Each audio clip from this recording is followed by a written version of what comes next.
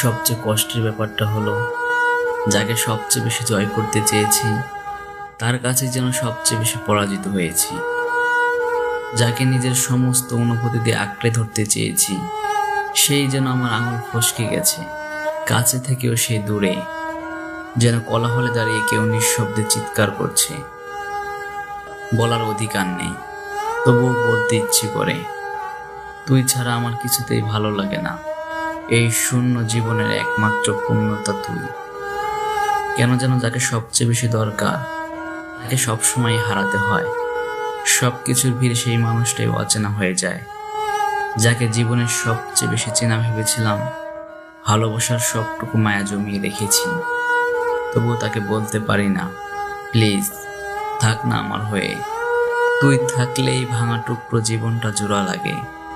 তুই থাকলে হাহাকারের রাগগুলো আলো জ্বলে। প্লিজ আর দূরে যাস না, আমি আর হারাতে পারবো না। তুই অন্তত থেকে যা, কারণ তুই না থাকলে আমিও আর থাকতে পারবো না।